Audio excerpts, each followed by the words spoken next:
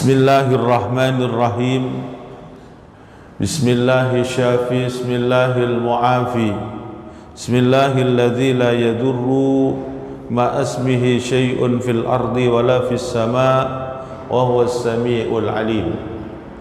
Alhamdulillahilladzi hadana bi abdihil muhtari man ta'ana ilaihi bil idzni wa qad nadana labbaika ya man dallana wa hadana.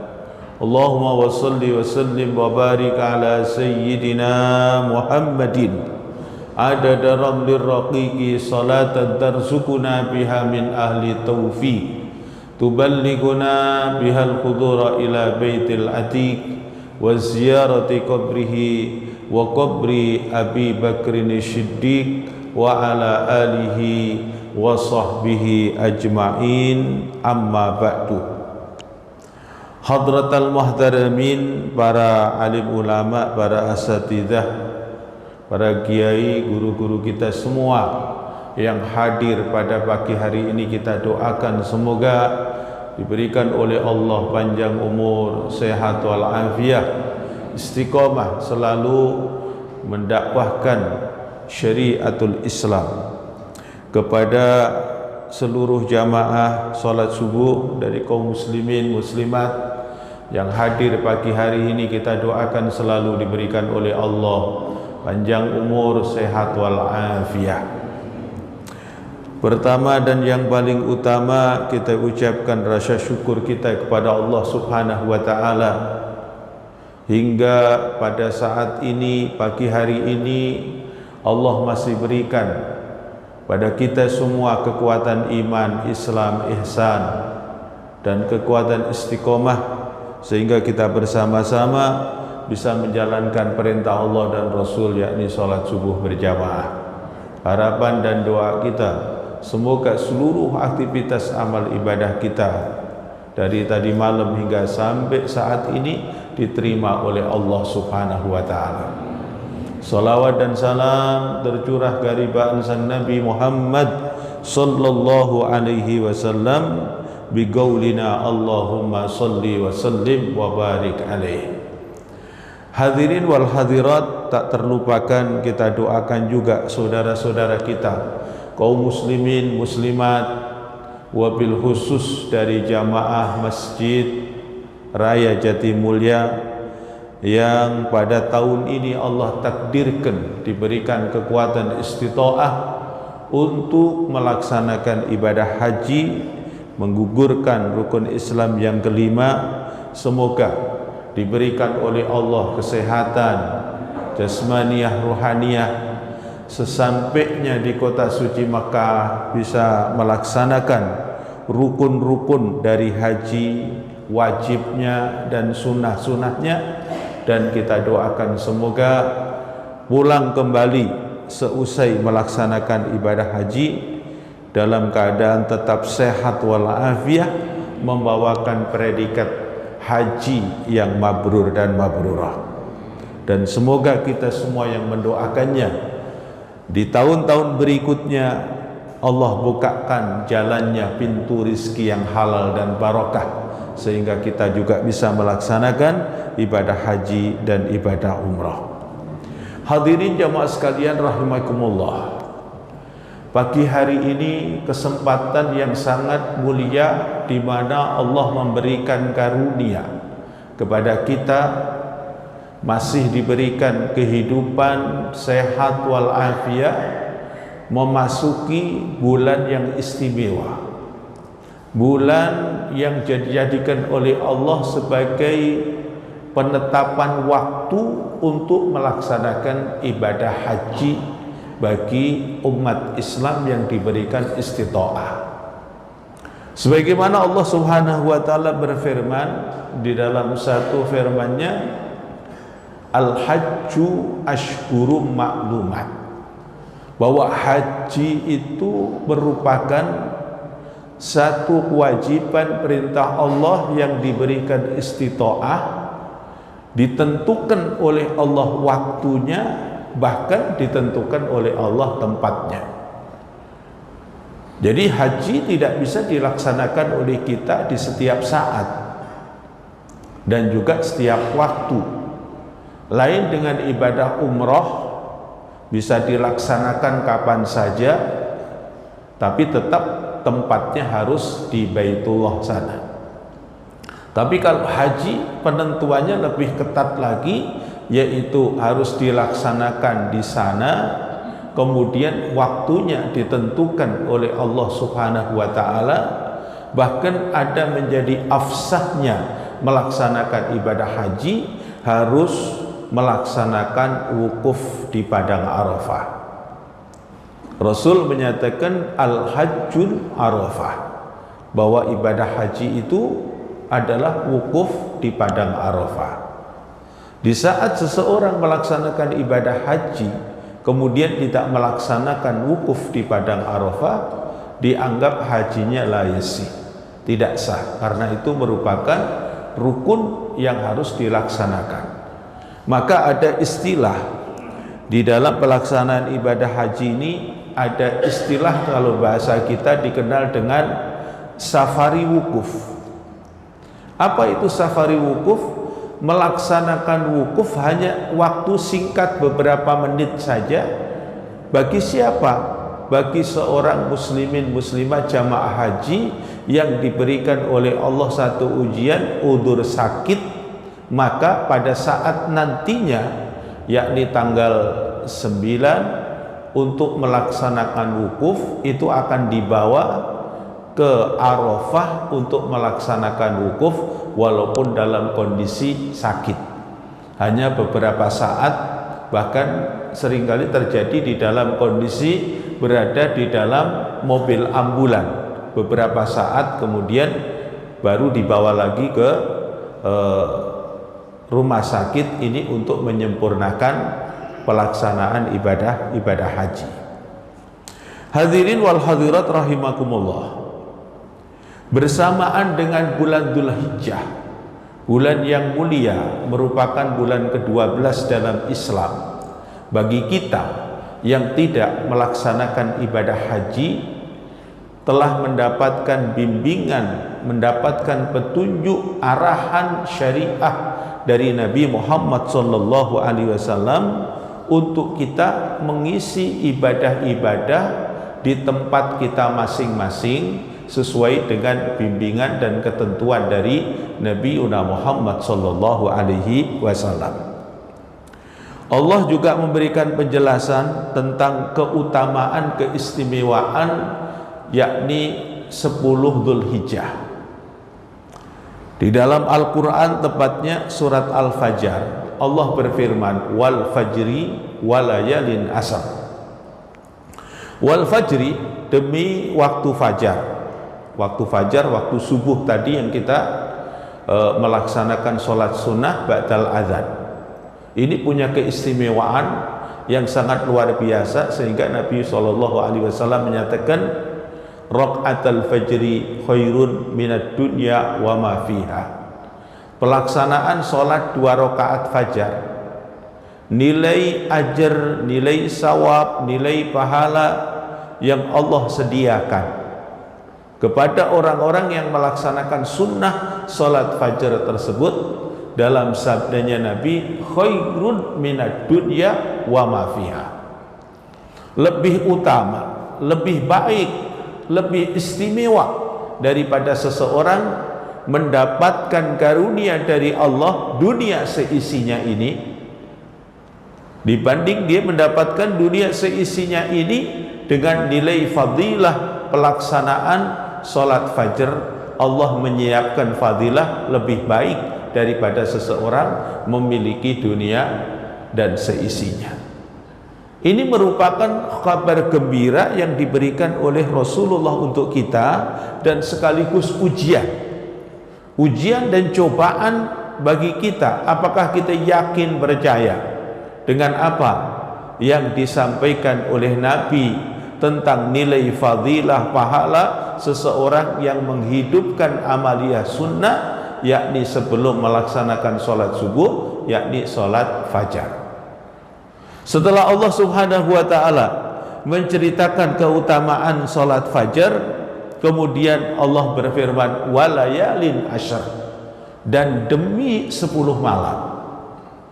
Dalam tafsir Al-Quran disebutkan bahwa 10 malam itu ada 3 malam atau 3 macam 10 malam, yakni 10 malam pertama di bulan Dzulhijjah. Insyaallah saat ini kita akan masuki 10 malam yang pertama. Kemudian yang kedua adalah 10 malam yang pertama di bulan Muharram. Bulan Muharram nanti ada Asyura, ada Tasu'a, kemudian ada lagi 10 malam terakhir di bulan Ramadan. 10 malam terakhir sudah kita lalui bulan Ramadan. Saat ini kita menghadapi kemuliaan karunia Allah telah diberikan pada kita, bisa menikmati kemuliaan bulan Dzulhijjah. Kita memasuki 10 malam pertama di bulan Dzulhijjah. Terus apa yang harus kita lakukan hadirin? Amaliyah-amaliyah apa yang kita lakukan? Yang pertama, ketika sudah memasuki 10 hari pertama di dalam bulan Dzulhijjah ini, kita meningkatkan seluruh aktivitas amal ibadah kita. Ibadah yang wajib, ibadah yang sunnah, kita tingkatkan kualitas pelaksanaan ibadah tersebut. Karena bersamaan dengan waktu yang Allah berikan ini, diberikan kemuliaan tersendiri. Sebagaimana kita memahami ketika bulan Ramadan Allah memberikan kemuliaan-kemuliaan pada kita. Amaliyah sunnah mendapatkan nilai fadilah kal maktubah, seperti yang wajib. Kemudian amaliyah yang wajib dilipat gandakan oleh Allah sab'ina maktubatan fi siwa Ramadan, dilipatkan menjadi 70 kali lipatan. Apa yang Allah berikan untuk di dalam bulan Dzulhijjah ini? Seluruh aktivitas amaliyah kita, dari amaliyah yang wajib, amaliyah yang sunnah, nilainya akan dilipat gandakan oleh Allah Subhanahu wa taala, dan Allah akan merasa lebih mencintai amaliyah-amaliyah yang dilakukan oleh kita bisababiah kemuliaan bulan Dzulhijjah. Kita bisa perbanyak fastabiqul khairat dengan masuknya bulan Dzulhijjah ini, dengan banyaknya kita beristighfar, dengan banyaknya kita membaca kalimat zikir, kalimatul isbat wa nafi, kalimat la ilaha illallah. Bisa kita perbanyak dengan bertasbih, dengan bisa perbanyak membaca Al-Quran, hidupkan amaliyah-amaliyah salat sunnah. Ini semua amaliyah yang kita lakukan di dalam 10 hari bulan Dzulhijjah ini ahabbu ilallah, lebih dicintai oleh Allah dibanding amaliyah-amaliyah yang kita lakukan sebelum masuknya bulan Dzulhijjah ataupun nanti sesudah keluarnya bulan Dzulhijjah. Ini adalah keistimewaan yang Allah berikan dengan kemuliaan bulan Dzulhijjah. Hadis Nabi Muhammad sallallahu alaihi wasallam memberi penjelasan yang diriwayatkan oleh Imam Bukhari an Ibnu Abbas radhiyallahu taala anhuma anna Nabiyya sallallahu alaihi wasallam qala ma min ayyamin al-amalu salih fiha ahabbu ilallah min hadzal ayyam, yakni ayyamul ashr. Qalu ya Rasulullah walal jihadu fi sabilillah, qala walal jihadu fi sabilillah illa rajulun kharaja li nafsihi wa malih summa lam yarji min dalika bi syai'in. Ini Rasulullah memberikan penjelasan khabar tentang keistimewaan bulan Dzulhijjah atau 10 pertama di bulan Dzulhijjah. Tidak ada satu hari di mana seseorang beramal soleh maka amal itu lebih dicintai oleh Allah Subhanahu wa taala kecuali di hari ini, yakni ayyamul ashr. Yang dimaksud hari ini adalah hari-hari 10 hari di dalam bulan Dzulhijjah. Kemudian sahabat ketika mendengar penjelasan dari Rasulullah bahwa amal di dalam bulan Dzulhijjah itu sangat dicintai oleh Allah Subhanahu wa taala, kemudian sahabat bertanya, "Wala jihadu fi sabilillah ya Rasulullah?" Gimana wahai Rasulullah? Ketika seseorang itu punya amal jihad fi sabilillah, berperang membela agama Allah, apakah Allah lebih mencintai amal soleh yang dilakukan di dalam 10 hari dalam bulan Dzulhijjah, atau Allah lebih mencintai seseorang yang berjuang di jalan Allah? Kemudian Nabi memberikan jawaban, walal jihadu fi sabilillah, tidak juga di dalam jihad fi sabilillah. Artinya Allah tetap lebih mencintai sebuah amaliyah salih yang dilakukan oleh umat Nabi Muhammad karena kemuliaan 10 hari di bulan Dzulhijjah. Kemudian yang bisa mengalahkan keistimewaan kecintaan Allah kepada amal tersebut, illa rajulun kharaja li nafsihi wa malihi summa lam yarji min zalika bi syai'in.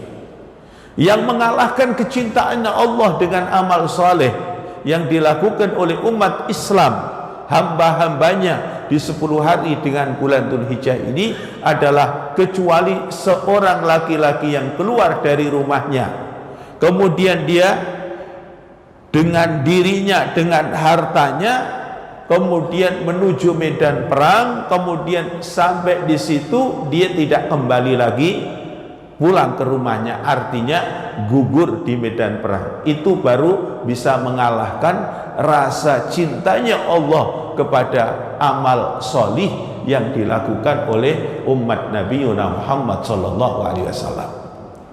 Jadi seluruh aktivitas amaliyah ibadah yang kita lakukan bersamaan dengan adanya waktu 10 hari di bulan Dzulhijjah ini untuk meraih rasa cinta, rasa mahabbah kepada Allah Subhanahu wa ta'ala.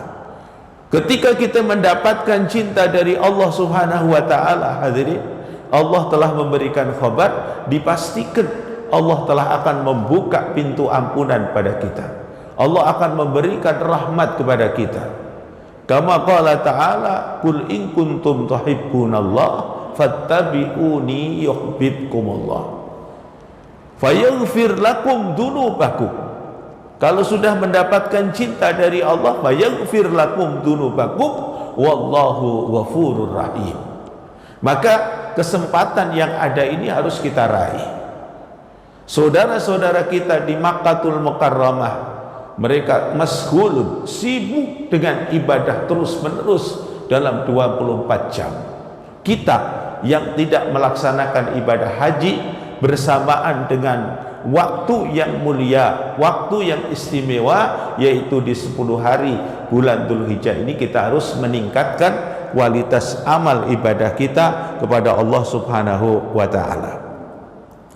Kemudian hadis berikutnya, Nabi memberikan satu amaliyah zikir, yang zikir itu sangat dicintai oleh Allah dan Nabi Muhammad sangat mencintainya, dan sehingga beliau mengungkapkan siapa aja yang mengamalkan zikir-zikir tersebut akan mendapatkan cintanya Allah Subhanahu wa taala. Rawadha Tirmidzi an Amr bin Shu'aib an abihi an jaddihi anna Nabiyya sallallahu alaihi wasallam qala khairud du'a yauma arafata wa khairu ma qultu ana wan nabiyyuna min qabli la ilaha illallah wahdahu la syarikalah lahul mulku wa lahul hamdu yuhyi wa yumit wa huwa ala kulli syai'in qadir. Dalam riwayat lain tidak menyebutkan asma Allah kalimat yuhyi wa yumit. Berarti la ilaha illallah wahdahu la syarikalah lahul mulku wa lahul hamdu wa huwa ala kulli syai'in qadir. Ini amalan yang sangat dicintai oleh Nabi, diamalkan oleh Nabi dan nabi-nabi sebelum Nabi Muhammad sallallahu alaihi wasallam. Kulluhum, semuanya mengamalkan zikir kalimat la ilaha illallah wahdahu la syarikalah lahul mulku wa lahul hamdu yuhyi wa yumit wa huwa ala kulli syai'in qadir. Ini diperbanyak untuk membaca zikir selama ada 10 hari di dalam bulan Dzulhijjah ini. Kita istimewakan, kita perbanyak untuk berzikir dengan kalimat la ilaha illallah wahdahu la syarikalah lahul mulku wa lahul hamdu yuhyi wa yumit wa huwa ala kulli syai'in qadir. Kemudian Rasul juga memberikan satu penjelasan lagi dengan amaliyah-amaliyah keistimewaan di dalam bulan Dzulhijjah ini. Ma min ayyamin ahabbu ilallahi ayyata'abbada lahu fiha min asyri dzulhijjati ya'dilu siyamu kulli yaumin minha siyamu sana qiyamu kulli lailatin minha bi qiyami lailatul qadar. Dinyatakan oleh Nabi, ma min ayyamin ahabbu ilallah, tidak ada satu hari di dalam hari itu amal soleh sangat dicintai oleh Allah Subhanahu wa ta'ala, yaitu di hari 10 pertama di dalam bulan Dzulhijjah. Di saat seseorang itu melaksanakan ibadah sholat sunnah, terutama adalah sholatul lil, siapa yang menghidupkan malam-malamnya di 10 hari pertama di dalam bulan Dzulhijjah ini, maka sholat malam yang dia lakukan itu digambarkan nilai pahalanya adalah ya'dilu, sebanding dengan qiyamul laili fi lailatul qadar. Jadi melaksanakan sholat sunnah di dalam 10 hari bulan Dzulhijjah ini seperti mendapatkan seseorang di bulan Ramadan qiyamul lail, kemudian mendapatkan nilai fadilah, yakni mendapatkan malam Lailatul Qadar. Kemudian ibadah sunnah dalam melaksanakan ibadah puasa, maka nilai ibadah puasa itu bisya misalnya seperti nilai fadilahnya adalah puasa 1 tahun. Ini adalah kemuliaan bulan Dzulhijjah. Kemudian yang kedua, amaliyah yang kedua adalah memperbanyak melaksanakan ibadah puasa. Ada dalil secara umum, kemudian ada dalil secara khusus. Kemudian dalil secara umum untuk melaksanakan puasa di bulan Dzulhijjah ini, dalam sabdanya Nabi Muhammad sallallahu alaihi wasallam, beliau ditanya oleh seorang sahabat, "Ya Rasulullah, ayyusyam afdalu ba'da Ramadan?" Wahai Rasulullah, ibadah puasa apa yang paling utama, paling afdal setelah melaksanakan ibadah puasa di bulan suci Ramadan? Qala Rasulullah, yakni asyamu fi syahrin tat'unahul muharram, yaitu melaksanakan ibadah puasa di dalam 1 bulan yang bulan itu disebut adalah bulan yang mulia. Lah, bulan mulia salah satunya adalah bulan Dzulhijjah. Sebutkan dalam Quran surat Taubah, Allah SWT menyatakan, inna iddatasyhuru indallahi isna asyara syahran fi kitabillah yauma khalaqas samawati wal ard minha arba'atul hurum. Sesungguhnya bilangan bulan dalam 1 tahun itu ada 12. Dari 12 itu Allah memberikan kemuliaan. Dari 12 itu ada 4 bulan yang disebut Syahrul Hurum.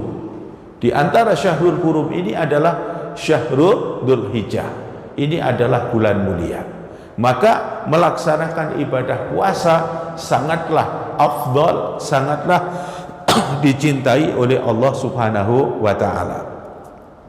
Kemudian Rasulullah sallallahu alaihi wasallam juga bersabda tentang keistimewaan melaksanakan puasa di bulan Dzulhijjah.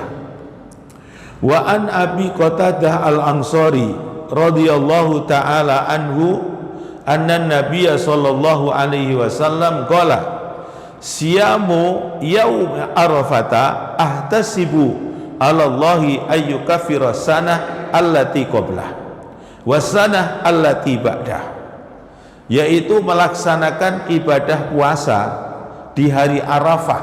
Hari Arafah berarti tanggal 9 bulan Dzulhijjah, muqtarinan atau bersamaan di mana umat Islam yang tanggal 9 itu melaksanakan wukuf di Padang Arafah. Bagi kita yang melaksanakan puasa yaitu di tempatnya masing-masing. Kemudian kalau orang-orang yang sedang melaksanakan wukuf, Pak, kita tidak pernah tahu melaksanakan puasa itu.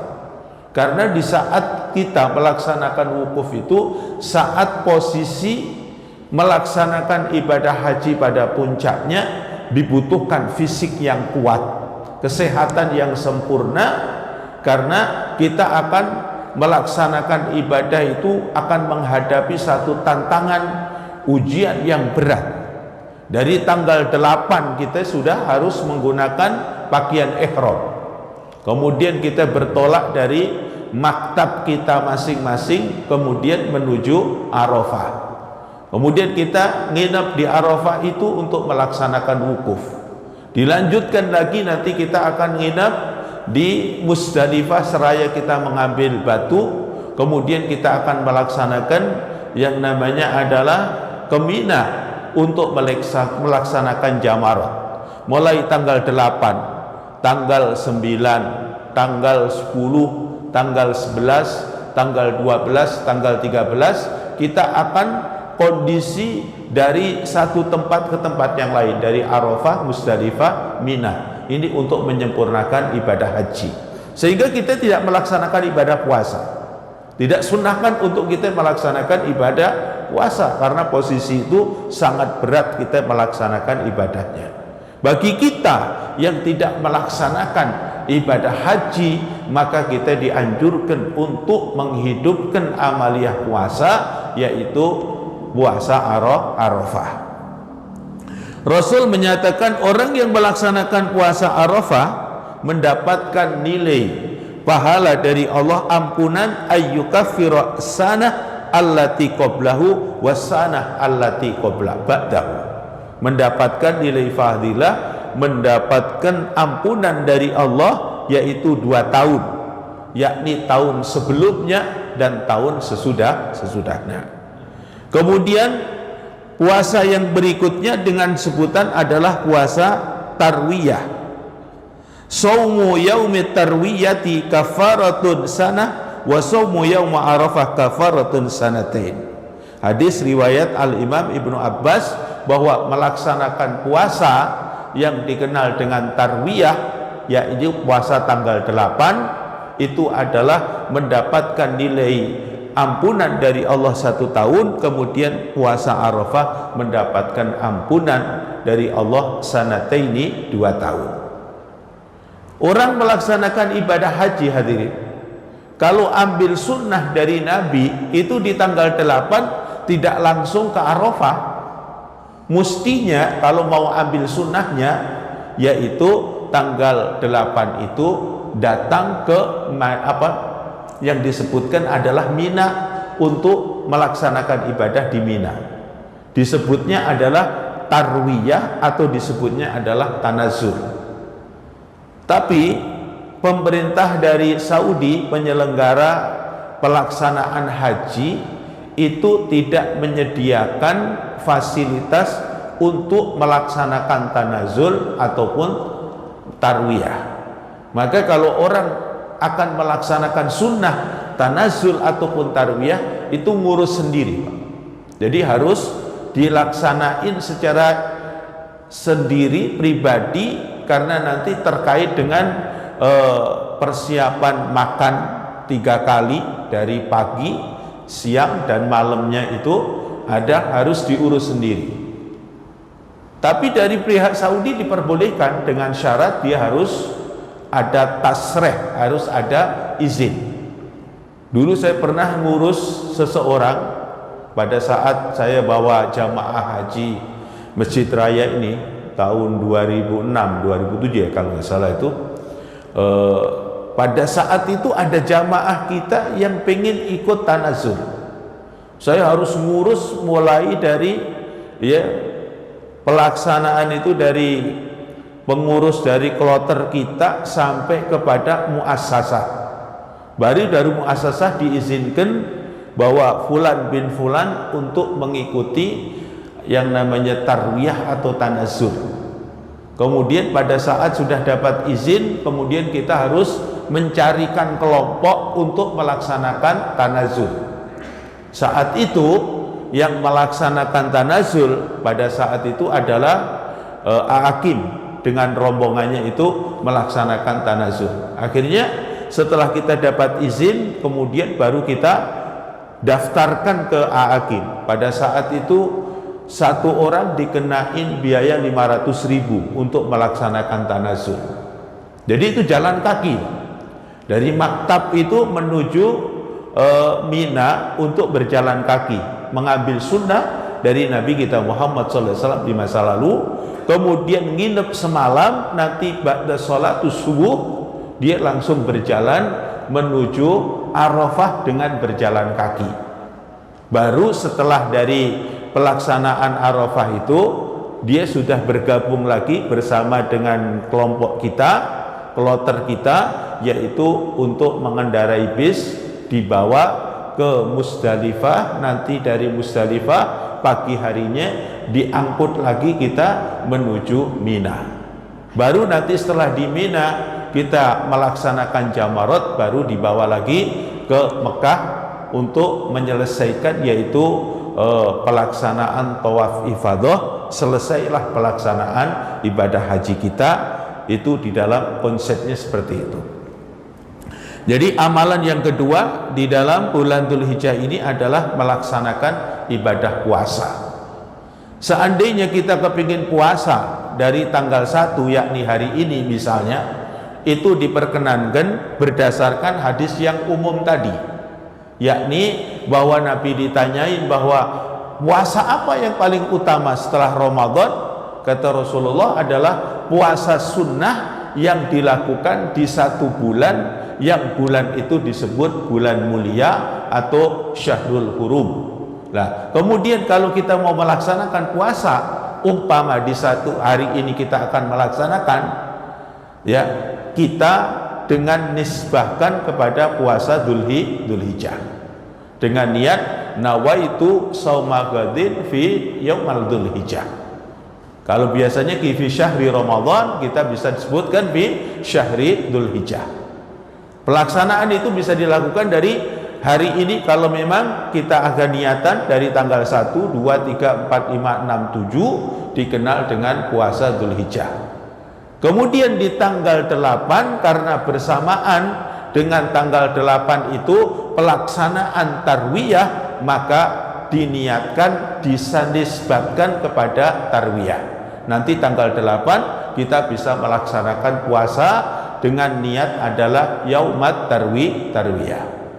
Kemudian di tanggal 9 itu syariat dalam ibadah haji adalah melaksanakan wukuf di padang Arafah, sehingga puasanya diniatkan dengan yaumal Arafah. Itu tertib untuk melaksanakan ibadah puasa sunnah di dalam bulan Dzulhijjah.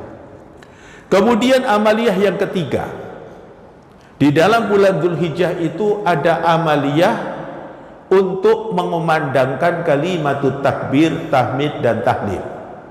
Ini sunnah menyeluruh kepada umat Islam minar rijali wan nisa, untuk laki-laki ataupun untuk perempuan.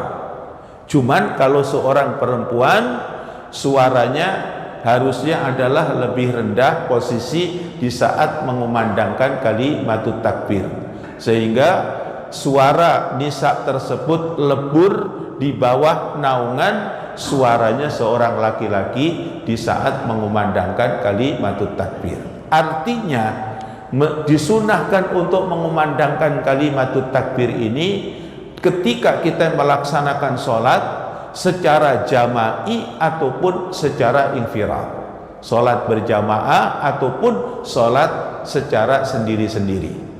Dan kemungkinan besar kalau seorang wanita adalah sering melaksanakan sholatnya dengan sendiri, maka saat itu juga kalau kita sudah mendapatkan satu perintah dari Nabi untuk melaksanakan amaliyah mengumandangkan takbir. Dari kapan disunahkannya? Mengumandangkan kalimatut takbir di dalam bulan Dzulhijjah ini saat tanggal 9 kita melaksanakan ibadah puasa Arafah.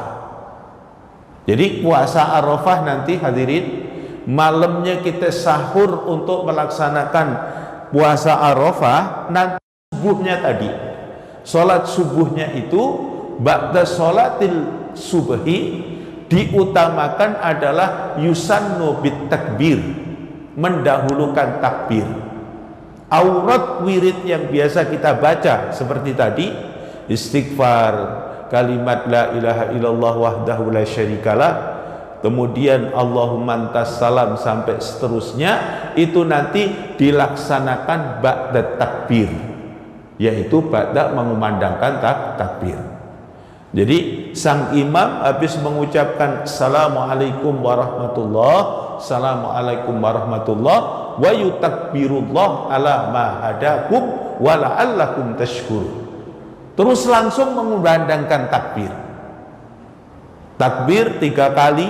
Yang pertama kemudian diikuti oleh jamaah, yang kedua diikutin lagi jamaah, yang ketiga bagi imam tersebut atau kita secara individu kalau hafal disempurnakan dengan membaca takbir, tahmid dan tahlil yang bunyinya Allahu akbar kabira walhamdulillahi katsira wa subhanallahi bukratan wa asila, la ilaha illallah wa la na'budu illa iyyah mukhlisina lahuddin walau karihal kafirun walau karihal musyrikun walau karihal munafikun, la ilaha illallah wahdah sadaqa wahdah wa nasara abdah wa a'azza jundahu wa hazamal ahzaba wahdah, la ilaha illallah wallahu akbar Allahu akbar walillahil hamd.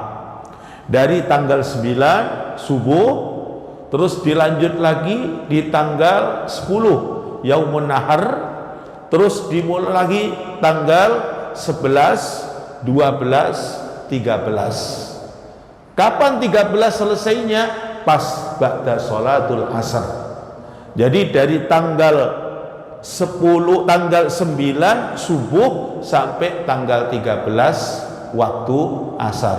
Itu sunnah untuk mengumandangkan kalimatut takbir setiap ba'da sholatil maktubah. Sehingga dalam ilmu fikih disebutkan orang mengumandangkan takbir kalau idulnya Idul Fitri disebut takbirnya mursal, artinya dilepas. Jadi sekali kita mengucapkan takbir, pelaksanaan sholat id selesai, esoknya sudah nggak ada lagi sunnah. Tapi kalau Idul Adha disebutnya muqayyad, takbir yang diikat apa? Diikat dengan pelaksanaan sholatil maktubah, sehingga setiap ba'da sholatil maktubah mulai dari tanggal 9, 10, 11, 12, 13 disunahkan untuk mengumandangkan kalimatut takbir. Sebagaimana Allah memberikan satu perintah, wadhkurusmallahi fi ayyamin ma'lumat. Ingat, sebut nama Allah, agungkan nama Allah di hari-hari yang telah ditentukan. Artinya ditentukan yaitu tadi Pak, tanggal 9, 10, 11, 12, 13. Kemudian amalan yang terakhir, amal kita adalah bersamaan dengan Idul Adha ini ada sunnah amaliyah, yaitu untuk melaksanakan sholat id. Tata tertib ajaran untuk melaksanakan sholat id, kalau kita kepingin sempurna dalam pengamal sunnahnya, yang pertama adalah imsak. Imsak artinya apa? Di tanggal 10 itu kita tidak ada sarapan dulu. Rasulullah Shallallahu Alaihi Wasallam menerangkan di dalam tentang pelaksanaan sholat id, an Abdillah bin Buraidah an abihi qala kana Rasulullah Shallallahu Alaihi Wasallam la yaghdu yaumal fitra hatta yakula wala yakula yaumal ahad yaumal adha hatta yarji'a fayakulal udhiyah. Nabi Muhammad Sallallahu Alaihi Wasallam tidak berangkat menuju sholat Idul Fitri hatta yakula, sehingga beliau melaksanakan futur atau sarapan. Wala yakula, Rasulullah tidak melaksanakan sarapan pagi yaumal adha, di hari raya Idul Adha, hatta yarji'a, sehingga pulang, fayakulul udhiyah, dan beliau melaksanakan futur sarapan dan juga menikmati bagian dari daging kurban. Itu sunnahnya. Jadi sunnah yang pertama, mau melaksanakan sholat Idul Adha, menjaga dulu imsak, jangan kita sarapan pagi, minum kopi dan seterusnya. Kemudian yang kedua, disunahkan tagossal. Tagossal itu mandi. Mandi seperti lazimnya mandi besar, tapi ini hukumnya sunnah. Dengan niat kalau ditalafutkan nawaitul husla li'aitul adha, aku niat mandi untuk melaksanakan sholat sunnah Idul Adha. Kemudian setelah itu kita adalah yalbasus siyabul ajmal, gunakan pakaian yang terbaik yang kita punya. Ini untuk mengungkapkan rasa syuruh wal furuh, bahagia kita melaksanakan Idul Adha. Kemudian sunnah berikutnya at-tatayyub, menggunakan wewangian.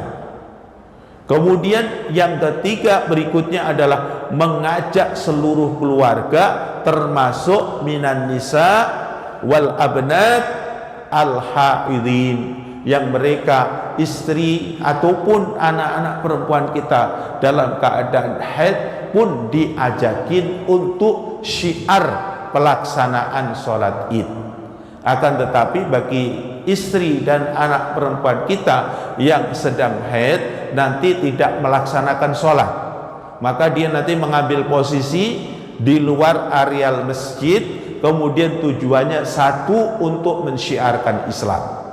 Yang kedua, untuk ikut mengumandangkan kalimatut takbir. Yang ketiga, liyasma'an nasihah minal khutbah, untuk mendengarkan nasihat dari khotib yang menyampaikan khutbah. Ini sunnah yang ini Bapak, kadang-kadang di keluarga kita belum diamali.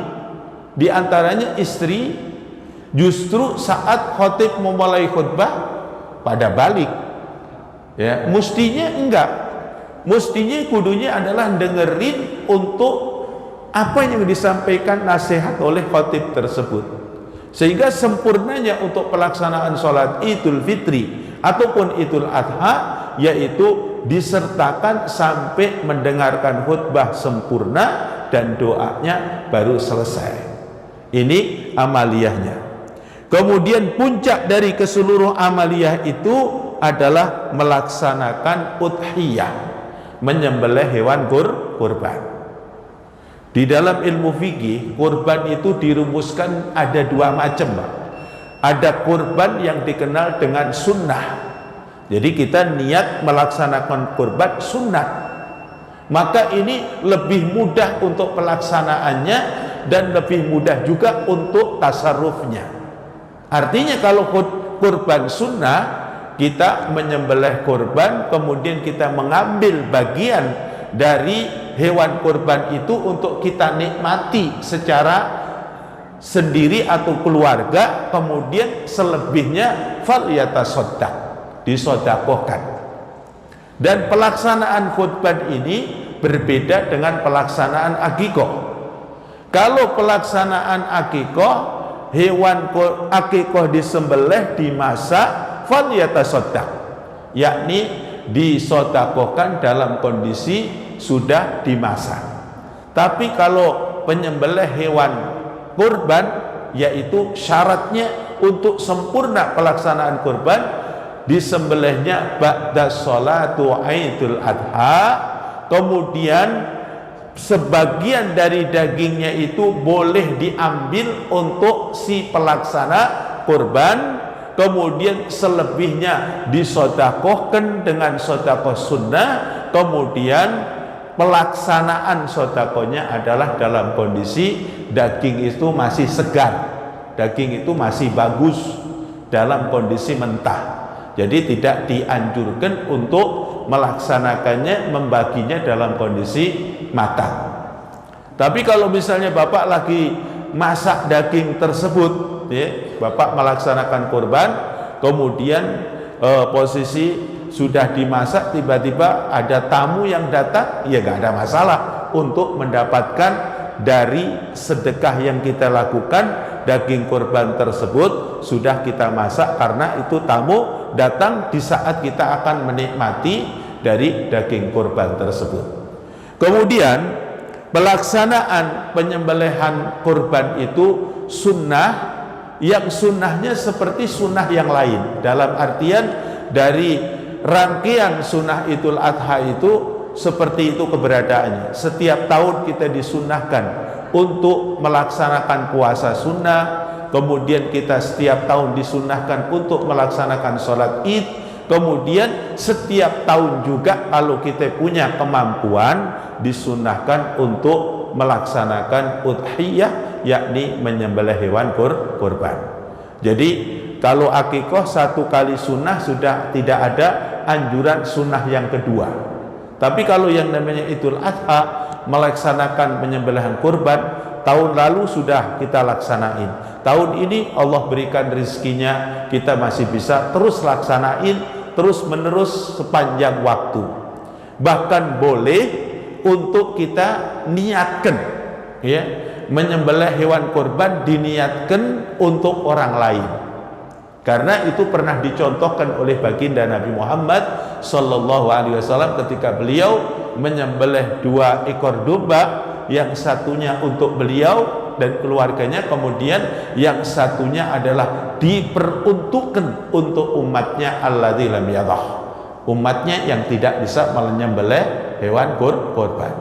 Kita pun seandainya mau boleh, misalnya saya sudah, istri saya sudah, anak-anak saya sudah semua, orang tua saya sudah semua, kemudian saya niatkan untuk teman saya, sahabat saya, saudara saya yang dia tidak bisa melaksanakan udhiyah, kita berikan. Ini dari kemuliaan untuk menyembelih hewan kurban, manfaat dan pahala yang dijanjikannya. Fa innaha matoyakum al sirat, bahwa hewan kurban itu nantinya Allah akan gantikan pada kita sebuah kendaraan, yang kendaraan itu diberikan oleh Allah untuk kita gunakan melintasi jembatan Shiratal Mustaqim. Semoga Allah memberkahi pada kita semua, diberikan oleh Allah karunia kekuatan zahir batin untuk bisa mengamalkan amal ibadah sunnah, terutama adalah di 10 hari